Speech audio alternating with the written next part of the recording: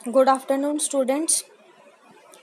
आपकी जूलॉजी की next class आई और जैसा कि लास्ट क्लास में हमने जो है वो सम अप किया था फर्टिलाइजेशन प्रोसेस के साथ में। अब फर्टिलाइजेशन प्रोसेस से जो नेक्स्ट प्रोसेस है दैट इज़ क्लीवेज। और जो क्लीवेज प्रोसेस है उसके अंदर बेसिकली क्या होता है, सेल्स डिवीज़न होती हैं और वो जितनी भी सेल डिवीज़न होती हैं वो सारी की सारी माइटोटिक सेल डिवीज़न होती हैं। रैपिड और सिंक्रोनस माइटोटिक सेल डिवीजन्स होती हैं, जिसके अंदर क्या होगा कि एक सिंगल सेल जाइगोट को कन्वर्ट किया जाता है एक मल्टी सेलुलर ब्लास्टूला के साथ में। और यहाँ पे जो सेल्स होती हैं डॉटर सेल्स, उसको हम बोलते हैं ब्लास्टोमियर्स। तो इस तरह से सबसे पहले जाइगोट है। जाइगोट के अंदर जो हैं वो माइटोटिक डिवीजन्स होती हैं और उसके दौरान जो सेल्स बनती हैं उसको हम ब्लास्टोमियर्स बोलते हैं। और जाइगोट जो है single cell zygote ultimately convert होता है एक मल्टी सेलुलर स्ट्रक्चर में, जिसको हम बोलते हैं ब्लास्टूला। ब्लास्टूला की बाद में क्या होती है, इम्प्लांटेशन हो जाती है। ठीक है, तो इस तरह से इस प्रोसेस के दौरान जाइगोट से जब ब्लास्टूला बन रहा है तो इस प्रोसेस के दौरान जितनी भी डिवीजन्स हो रही हैं उनको हम क्या बोलते हैं, क्लीवेज बोलते हैं। तो यहाँ पे डेफिनेशन भी है इसकी कि rapid process and synchronous mitotic divisions, मतलब एक डिवीज़न के जस्ट बाद जो है वो दूसरी डिवीज़न हो रही है यहाँ पे। तो ये सिंक्रोनस और रैपिड डिवीजन्स होती हैं जो जाइगोट को कन्वर्ट करती हैं ब्लास्टूला के अंदर। अब यहाँ पे मेन क्या है कि जितनी भी सेल्स डिवीज़न होती हैं ड्यूरिंग क्लीवेज, उसके अंदर सिर्फ और सिर्फ जो है सेल्स का नंबर इंक्रीज होता है और जो उसका मास है सेल का वो इंक्रीज नहीं होता। उससे नेक्स्ट आप देखोगे जो क्लीवेज है उसमें आती है कैरेक्टरिस्टिक्स ऑफ क्लीवेज, लेकिन उससे पहले है सोमैटिक सेल साइकिल। इसके बारे में हम देखते हैं कि जो सोमैटिक सेल साइकिल है बेसिकली जो नॉर्मल सेल साइकिल होता है उसके अंदर टोटल जो है वो 4 फेजेस होती हैं, G1, G2, S phase and M phase. S synthesis phase जिसके अंदर DNA सिंथेसिस होती है और M फेज जो है वो माइटोटिक फेज जिसके अंदर जो है वो बेसिकली सेल डिवाइड करती है। ठीक है, तो यहाँ पे अगर हम देखें क्लीवेज सेल साइकिल में तो वहाँ पे जो है वो सिर्फ 2 फेज होती है, M और S फेज, सिंथेसिस फेज और माइटोटिक फेज होती हैं। तो इसके अंदर क्या होता है कि जो M और S फेज हैं वो शॉर्टर ड्यूरेशन की होती हैं as compare to somatic cell cycle. Means कि जो क्लीवेज सेल साइकिल है उसके अंदर M और S फेज शॉर्ट ड्यूरेशन की होती हैं और अबाउट ये हाफ एन आवर 30 मिनट्स की होती हैं। ठीक है, तो इसी वजह से क्या होता है, जैसे ही DNA सिंथेसिस हुई वो फर्दर डिवाइड कर जाएंगे, फिर DNA सिंथेसिस हो रही है तो वो फर्दर डिवाइड करेंगे। तो इस तरह से डिवीज़न जो है वो लगातार चलती रहती हैं। और नॉर्मल सेल साइकिल के अंदर क्या होता है कि ये जो दोनों ही फेजेस हैं ये दोनों फेजेस जो हैं वो लॉन्ग ड्यूरेशन की होती है, जैसे कि आपको इस डायग्राम के अंदर शो किया गया है कि यहाँ पे जो है वो टोटल 4 आवर्स, 8 आवर्स, 12 आवर और 16 आवर्स, ये टोटल जो है सोमैटिक सेल साइकिल की ड्यूरेशन दी गई है, जिसमें से क्लीवेज सेल साइकिल में सिर्फ S और M फेज जो है वो अबाउट 30 मिनट्स की होती है। ठीक है, अगर हम बात करते हैं अब नेक्स्ट कैरेक्टरिस्टिक्स ऑफ क्लीवेज की, तो कैरेक्टरिस्टिक्स ऑफ क्लीवेज में इसके डिफरेंट कैरेक्टरिस्टिक्स हैं। जैसे कि एक बताया इसके अंदर कि इंटरफेज जो है, यानी कि ये वाली जो फेज है वो बहुत ही शॉर्ट ड्यूरेशन की है और इंटरफेज के अंदर जो है कोई भी ग्रोथ नहीं होती। इसकी वजह से जो ब्लास्टोमर का साइज है वो क्या है, इंक्रीज नहीं होगा। जैसे कि इंटरफेज होती है 2 सेल साइकिल्स के बीच में जो बीच वाली फेज होती है उसको हम इंटरफेज बोलते हैं और इंटरफेज के दौरान जो है वो ग्रोथ होती है जिसके अंदर साइटोप्लाज्मिक जो कंटेंट है उसकी अमाउंट इंक्रीज होती है। तो ऐसा कुछ नहीं होगा क्लीवेज सेल साइकिल की इंटरफेज में। उसके अलावा इसके अंदर मेन जो है कि साइटोप्लाज्मिक मास वो तो क्या रहता है, सेम रहता है, सिर्फ और सिर्फ जो है न्यूक्लियर कंटेंट जो है वो क्या होगा, इंक्रीज होगा।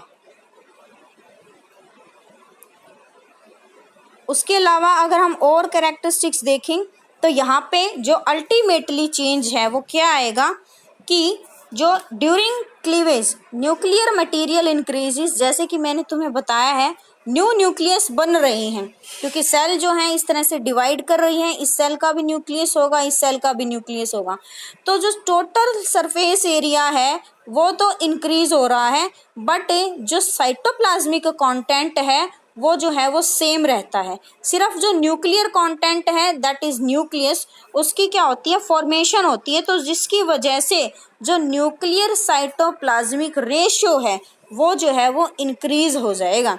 न्यूक्लियर साइटोप्लाज्मिक रेशियो में न्यूक्लियर मटेरियल जो है वो ज़्यादा है और साइटोप्लाज्मिक मटेरियल जो है वो कम होता है, और उसकी वजह से जो सेल है वो ज़्यादा मेटाबॉलिकली एक्टिव हो जाएगी क्योंकि वहाँ पे जो न्यूक्लियस है उसका नंबर इंक्रीज हो रहा है। ठीक है, नेक्स्ट इसने कहा है जैसे कि शेप है, shape total all over shape जो है वो चेंज नहीं होती। उसके अलावा क्लीवेज जो है वो रेगुलर और सिंक्रोनस, जैसे कि मैंने तुम्हें बताया था साइमल्टेनियसली एक के बाद एक जो है वो ब्लास्टोमियर्स डिवाइड करते रहती हैं, और क्लीवेज के अंदर जो ब्लास्टोमियर्स हैं वो डबल होते रहते हैं, जैसे 2 सेल्ड स्टेज 4, 8, 16, 32 एक्सेट्रा, इस तरह से।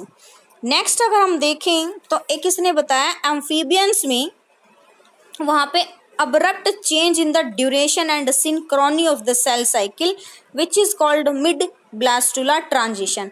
मीन्स क्या होगा कि एम्फीबियन के केस में जब डिवीज़न होती है तो उस टाइम ब्लास्टुला फॉर्मेशन से पहले एक स्टेज आती है जिसको हम बोलते हैं MBT, मिड ब्लास्टुला ट्रांजिशन। तो उस दौरान क्या होता है कि ये जो क्लीवेज साइकिल है कुछ टाइम के लिए अब्रप्ट हो जाता है, उसकी सिंक्रोनी और उसकी ड्यूरेशन में चेंजेस आते हैं, और ये इसकी जो डिटेल है वो हम करेंगे जब हम फ्रॉग की डेवलपमेंट स्टार्ट करेंगे। उसके अलावा और इसके कैरेक्टरिस्टिक्स हैं कि डीएनए सिंथेसिस जो है वो फास्टर रेट के साथ में होता है। नेक्स्ट जो है ऑक्सीजन लेवल, ऑक्सीजन जो कंजप्शन है वो ज़्यादा हो जाएगा, और जो ब्लास्टोमियर्स हैं वो एक दूसरे के साथ अडहेयर रहते हैं ड्यूरिंग क्लीवेज प्रोसेस। ठीक है, तो ये सारा जो था वो था किसके बारे में, कैरेक्टरिस्टिक्स ऑफ ए क्लीवेज के बारे में। माइटोसिस और नॉर्मल साइकिल जो है सोमैटिक सेल का, माइटोसिस और जो मैंने तुम्हें क्लीवेज साइकिल बताया वो जो है वो मैंने तुम्हें डिफरेंस बेसिक सा है वो बता दिया है। उसके अलावा सिंथेसिस जो है जैसे कि केमिकल कंपोजिशन है एम्ब्रियो की, उसके अंदर कोई क्वालिटेटिव चेंज नहीं आते, लेकिन अमाउंट ऑफ डीएनए वो इंक्रीज हो रहा है, but limited amount of mRNA और टीआरएनए की सिंथेसिस होती है, नो आरआरएनए इज प्रोड्यूस्ड। तो ये सारी चीज़ें थी कि उसके अंदर क्या डिफरेंसेस आते हैं, केमिकल चेंजेस कौन से हैं ड्यूरिंग क्लीवेज। तो इसके अंदर मेन तो है कि biosynthesis of DNA, biosynthesis of RNA and protein synthesis. उसके अलावा एटीपी सिंथेसिस, क्योंकि जो एनर्जी है उसकी लार्ज अमाउंट में फॉर्मेशन होगी। तो ये जो है वो बेसिक केमिकल चेंजेस हैं ड्यूरिंग क्लीवेज। उसके बाद अगर मैं बात करूं कि एक सोमैटिक सेल में, नॉर्मल सेल में और एक क्लीवेज वाली सेल के अंदर क्या डिफरेंस है, तो उसका जो डिफरेंस है आप यहाँ पे देख सकते हो। जैसे कि इस डायग्राम में जो है वो आप देख सकते हो क्लीवेज वर्सेस सेल डिवीज़न। तो जो फर्स्ट है वो क्लीवेज का है और सेकंड जो है वो सेल डिवीज़न का शो किया हुआ है। तो सेल डिवीज़न में आप देखोगे कि कोई जो सेल है वो डिवाइड कर रही है, उससे पहले वो क्या कर रही है, ग्रो कर रही है, उसका साइटोप्लाज्मिक मटेरियल भी क्या होगा, ग्रो करेगा, और साथ में वो साइज जो है साइज में भी क्या करेगी, ग्रो करेगी, और उसके बाद में क्या है उसकी डिवीज़न हो जाएगी। ठीक है, बट अगर हम क्लीवेज सेल की बात करें तो वहाँ पे ऐसी कोई ग्रोथ नहीं होती, कोई साइटोप्लाज्मिक ग्रोथ नहीं होती, सिर्फ जो सेल है उसी के अंदर क्या है डिफरेंट प्लेन्स में डिविजन्स जो है वो होती रहती हैं, कंटिन्यू रहती हैं। तो ये जो है वो बेसिक सा है कि क्लीवेज सेल और जो हमारी नॉर्मल सेल है उसके अंदर क्या डिफरेंस होगा। उससे नेक्स्ट अगर हम बात करें तो that is mechanism of cleavage. तो जो मैकेनिज्म है क्लीवेज का, उसके अंदर बेसिकली टू प्रोसेस और टू सेल डिविजन्स जो हैं वो इन्वॉल्व होती हैं। फर्स्ट इज़ कैरियोकाइनोसिस और जो सेकंड है दैट इज़ साइटोकाइनोसिस। कैरियोकाइनोसिस में न्यूक्लियस की डिवीज़न होती है और जो साइटोकाइनोसिस है उसके अंदर साइटोप्लाज्म की डिवीज़न होती है और साथ में जो सेल है वो भी क्या है, डिवाइड करती हैं। तो कैरियोकाइनोसिस की अगर हम बात करें तो जो कैरियोकाइनोसिस है उसके अंदर जो कैरियोकाइनोसिस प्रोसेस है वो स्पिंडल फाइबर से क्या होती है, कंट्रोल्ड होती है। कि जो माइटोटिक अपरेटस हैं, जो माइटोटिक अपरेटस के अंदर स्पिंडल फाइबर्स होते हैं वो क्या करते हैं, उसको कंट्रोल करती हैं न्यूक्लियस के डिवीज़न को। और इसके अंदर क्रोमोसोम्स जो हैं वो मेटाफेज स्टेज पे जैसे अलाइन होते हैं, कुछ उसी फॉर्म में जो है वो प्रेजेंट होती हैं। जैसे कि एक पोल पे और दूसरी साइड पे जो है इस तरह से ये जो है वो माइटोटिक स्पिंडल है, इससे जो है वो एस्ट्रल रेज अराइज हो रही हैं, सेम इससे अराइज हो रही हैं। ठीक है, ये आपने पहले भी पढ़ा होगा। और यहाँ पे जो है इस तरह से क्रोमोसोम जो है यहाँ पे सिचुएटेड होते हैं। तो इसको हम क्या बोलते हैं कि वो जो है वो मेटाफेज प्लेट पे अलाइंड है। ठीक है, और क्या होता है इसके अंदर, इस अलाइनमेंट होती है और उसके अलावा जो न्यूक्लियर मेम्ब्रेन है वो ब्रेक हो जाएगी। उसके बाद न्यूक्लियर एनवलप जो है आफ्टर डिवीज़न ऑफ न्यूक्लियस फिर से असेंबल्ड होगी, फिर से उसकी फॉर्मेशन होगी। और जो न्यूक्लियर एनवलप का प्रिकर्सर है कि उसका फिर से बनना जो है वो डिपेंड करता है किसके ऊपर, सम प्रिकर्सर प्रोटीन्स के ऊपर, जो कि एग के साइटोप्लाज्म के अंदर स्टोर्ड होती हैं, जो कि ऊप्लाज्म होती हैं। जैसे कि कैरियोकाइनोसिस में इस तरह से बताया है। फर्स्ट डायग्राम में जो है वो आप देख सकते हो कि जो ये सेंट्रियोल थे, एक जो है वो मेल गैमीट से है और एक जो है वो फीमेल गैमीट से है। तो इस तरह से सेंट्रियोल सिचुएटेड हैं। दोनों सेंट्रियोल जो हैं वो अपोजिट पोल पे चले जाएंगे। उसके बाद में जो है क्या होगा, अपोजिट पोल पे जाने के बाद में जो न्यूक्लियर मेम्ब्रेन है वो रप्चर हो रही है। इसके अंदर क्रोमोसोम्स हैं। क्रोमोसोम्स जो मैंने अभी तुम्हें बताया, नेक्स्ट प्रोफेज, मेटाफेज और एनाफेज, टीलोफेज जो है वो न्यूक्लियर डिवीजन स्टार्ट करेंगे। तो प्रोफेज में क्या होता है कि जब न्यूक्लियर मेम्ब्रेन है उसकी डिस्ट्रक्शन हो रही है। ठीक है, और जो क्रोमेटिन मटेरियल है वो क्या है, सेल के अंदर बाहर प्रेजेंट होगा विदाउट न्यूक्लियर मेम्ब्रेन। मेटाफेज जो है उसके अंदर क्या होंगे, क्रोमोसोम्स, न्यूक्लियर जो क्रोमेटिन मटेरियल है वो चेंज हो जाएगा क्रोमोसोम्स में और वो खुद को क्या करते हैं, एक मेटाफेज प्लेट पे खुद को अलाइन कर लेती हैं। उसके बाद में जो नेक्स्ट है एनाफेज और टीलोफेज जो है प्रोसीड करती हैं। और आफ्टर दैट यहाँ पे आप देखोगे कि उनके मिक्सिंग के बाद में जब न्यूक्लियस है और उनके क्रोमोसोम्स आपस में मिक्स हो गए तो वहाँ पे एक सिंगल सेल बन जाएगी और उसका न्यूक्लियस होगा और उसके अंदर जो है वो क्रोमोसोम्स होंगे। वो सिंगल सेल क्या कहलाती है, जाइगोट कहलाएगी। ठीक है, तो जाइगोट जो है वो बनेगा, कब बनेगा, जब सेकंड प्रोसेस हो जाएगी, साइटोकाइनोसिस, सेल डिवीजन हो जाएगी, साइटोप्लाज्म जो है उसकी डिवीजन हो जाएगी। तो साइटोकाइनोसिस के अंदर क्या होगा, एक कंस्ट्रिक्शन जो है इस तरह से दिखाई देती है कि सेल है, सेल पहले ग्रो करेगी तो उस टाइम क्या है, उसका साइज इंक्रीज हो रहा है, वो वहाँ पे एक इस तरह से कंस्ट्रिक्शन की डेवलपमेंट हो जाती है। इसको हम बोलते हैं क्लीवेज फरो, क्योंकि यही वो पॉइंट है जहाँ से सेल जो है बाद में डिवाइड करेगी। और टीलोफेज के अंदर जो है ये स्प्लिट हो जाती है टू सेल्स में टीलोफेज के दौरान।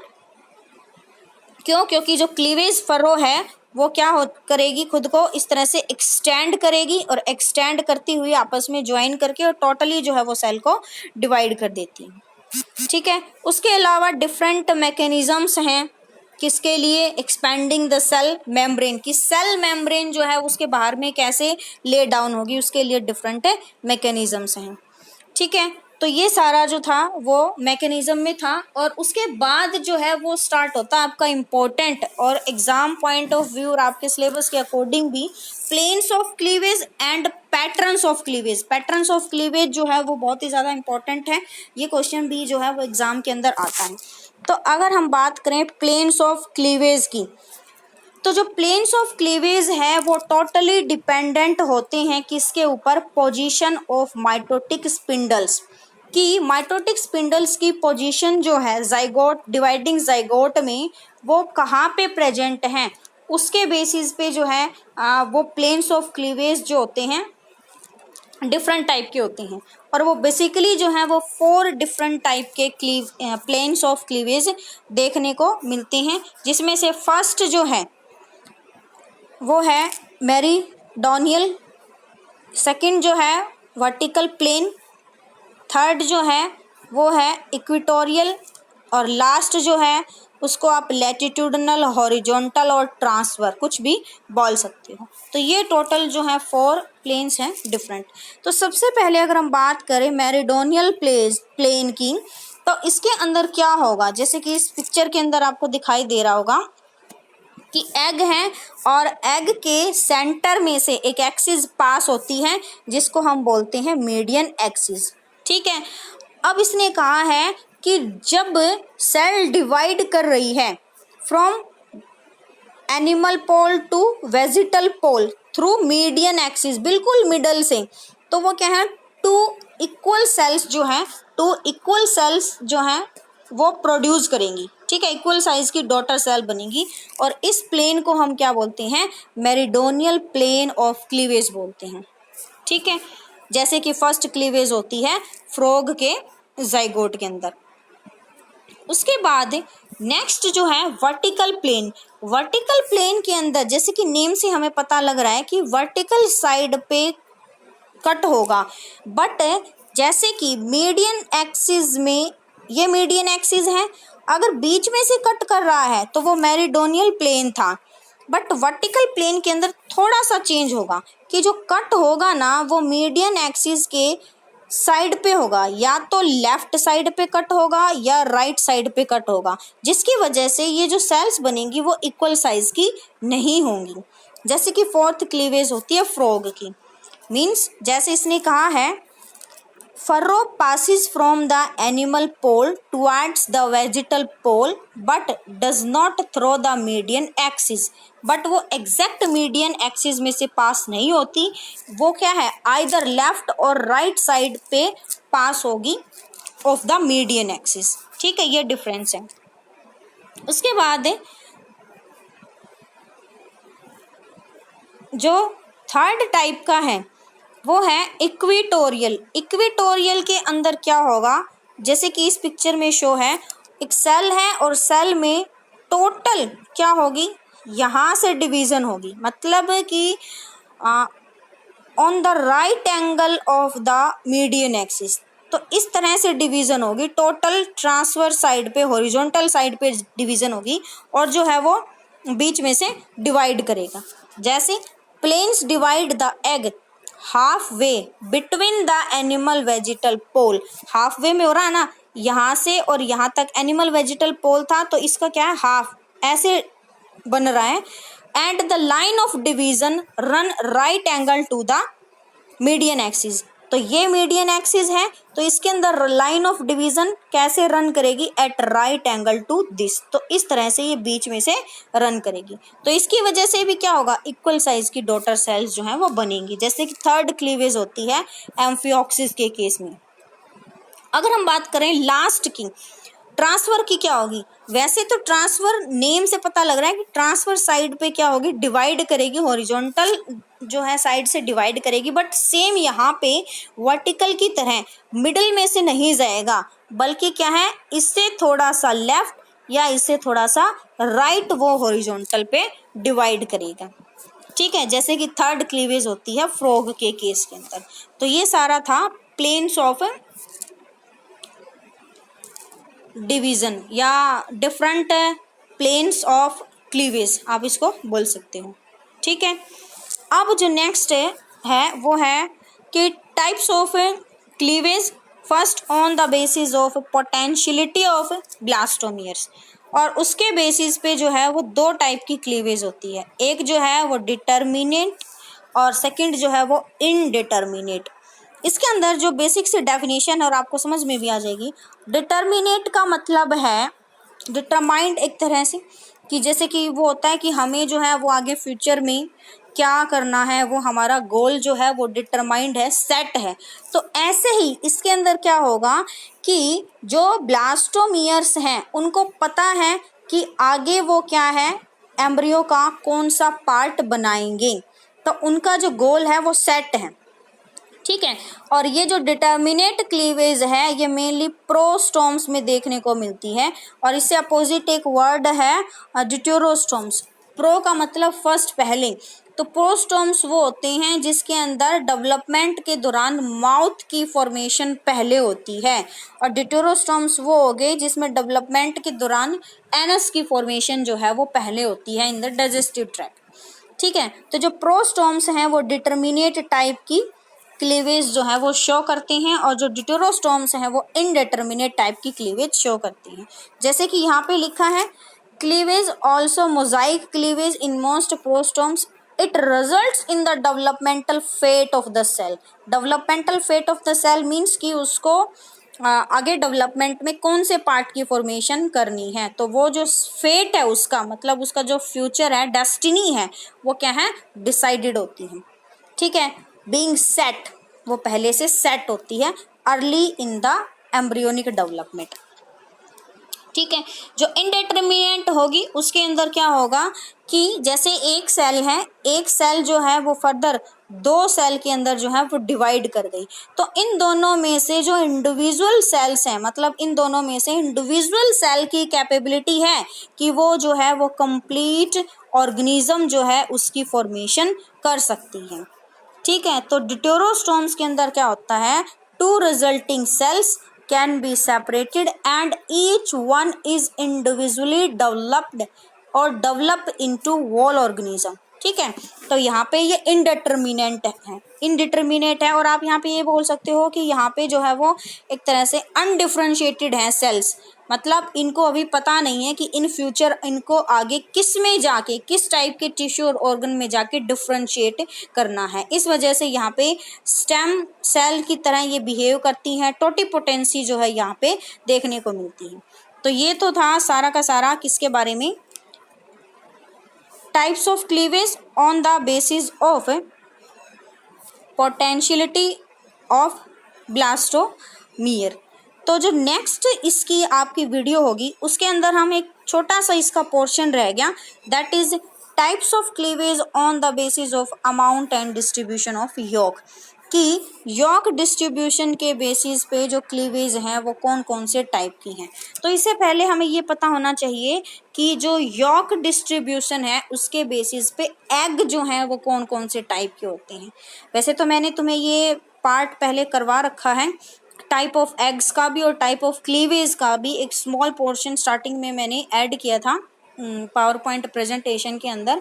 तो उससे पहले जो है आपको यहाँ पे ये क्लियर होना चाहिए कि टाइप ऑफ एग कौन से होते हैं। वैसे जोन से भी टाइप के एग हैं जो यहाँ पे हम ये नेम लेंगे वो सारे साथ के साथ जो है मैं तुम्हें डिफाइन करती रहूँगी। तो हमारी जो नेक्स्ट टॉपिक है on the basis of distribution of York, cleavage की टाइप्स या पैटर्न्स ऑफ क्लीवेज, ये जो है वो हम हमारी नेक्स्ट वीडियो के अंदर कंप्लीट करेंगे।